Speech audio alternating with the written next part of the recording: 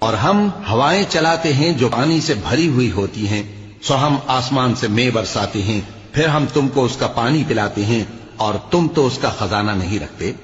اور یقیناً ہم ہی حیات بخشتے اور ہم ہی موت دیتے ہیں اور ہم ہی سب کے وارث ہوں گے۔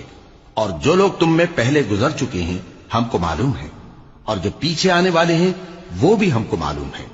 اور تمہارا پروردگار قیامت کے دن ان سب کو جمع کرے گا، وہ بڑا دانا ہے، خبردار ہے۔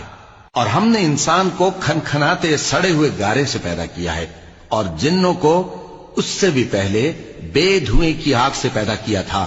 اور وہ وقت قابل ذکر ہے جب تمہارے پروردگار نے فرشتوں سے فرمایا تھا کہ میں کھنکھناتے سڑے ہوئے گارے سے بشر بنانے والا ہوں، بس جب میں اس کو درست کر لوں اور اس میں اپنی طرف سے روح پھونک دوں تو اس کے آگے سجدے میں گر پڑنا۔ چنانچہ فرشتے تو سب کے سب سجدے میں گر پڑے مگر شیطان کہ اس نے سجدہ کرنے والوں کے ساتھ ہونے سے انکار کیا۔